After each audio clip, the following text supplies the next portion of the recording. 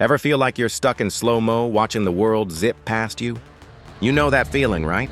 Like you're trudging through quicksand and just lifting a foot feels like a massive win? If that sounds familiar, you're not just having an off day. For so many of us, this feeling of being trapped is a heavy, relentless weight. The crushing weight of being trapped. Life can really knock the wind out of you, can't it? Sometimes it's one huge hit, losing someone close, your job vanishing overnight, or a scary health diagnosis. But other times it's more like a slow burn, a pile-up of little things that just gets heavier and heavier until you can barely stand. And no, you're not imagining it. That trapped feeling, it often means you've just hit your limit emotionally. Hopelessness, despair, sadness, anger, fear, they can start to feel like unwelcome roommates.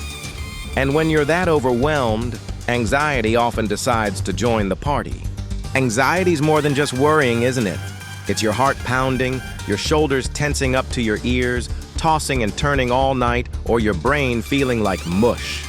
These are pretty normal ways our bodies react to stress, but when it just goes on, it's like getting stuck in a really nasty feedback loop.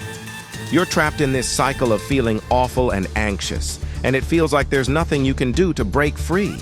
It's like screaming at the top of your lungs in a soundproof room.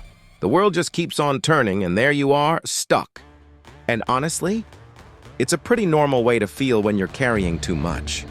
The protective mechanism as a wall. Okay, here's something to chew on. What if the way you're trying to cope, to shield yourself from more hurt, is the very thing that's boxing you in? When things get too tough, our brains are wired to protect us. It's like an automatic defense system kicks in. Think of it like instinctively raising a shield when you're under attack. In that split second, it absolutely saves you. But what happens when the fight's over? Or maybe just different, and you're still lugging that heavy shield around? What if that shield has gotten so big it's more like a wall, or even a fortress? You built it to keep the bad stuff out, sure, but now it's also keeping you in.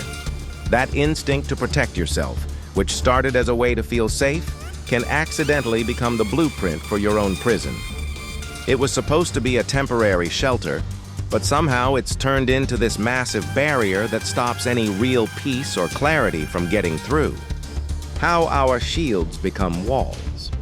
So, what do these shields actually look like? Well, they can show up in a bunch of ways.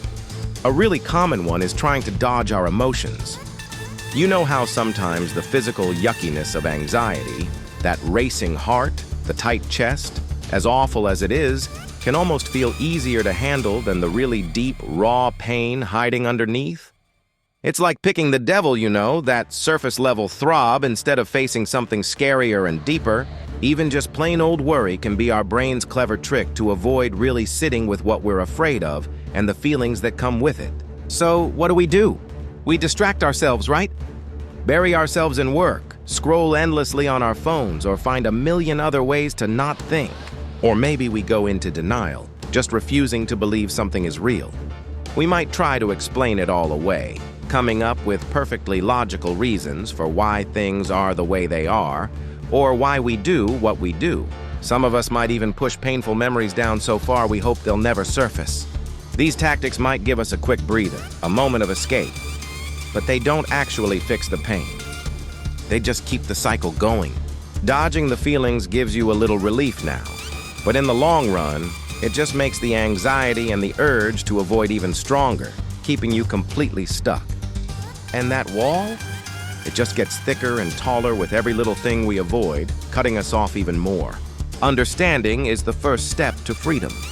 The big problem with these protective walls is that they stop us from really working through our painful experiences and making sense of them. They keep us frozen, unable to move on.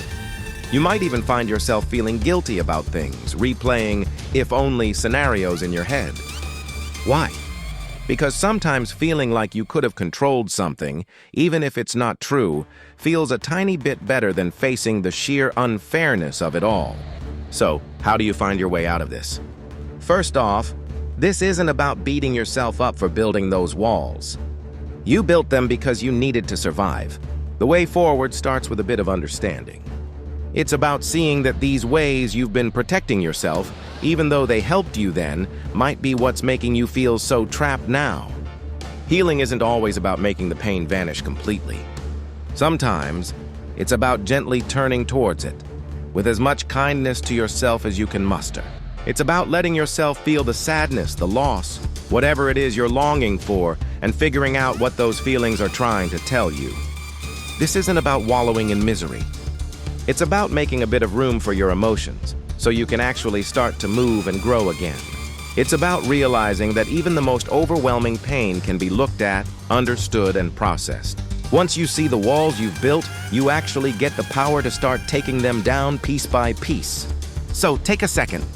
What walls do you think you might have up, maybe without even realizing it?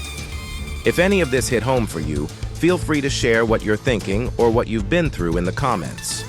Sometimes just knowing you're not the only one feeling this way can make a huge difference. Look, feeling pinned down by everything life throws at you is unbelievably tough. But realizing that your own mind, in its effort to keep you safe, might actually be part of what's keeping you stuck. That can be a really big aha moment.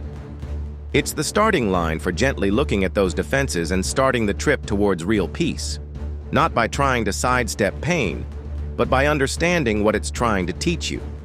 It's definitely not an easy road, but it's one that can lead to a much more open and meaningful life.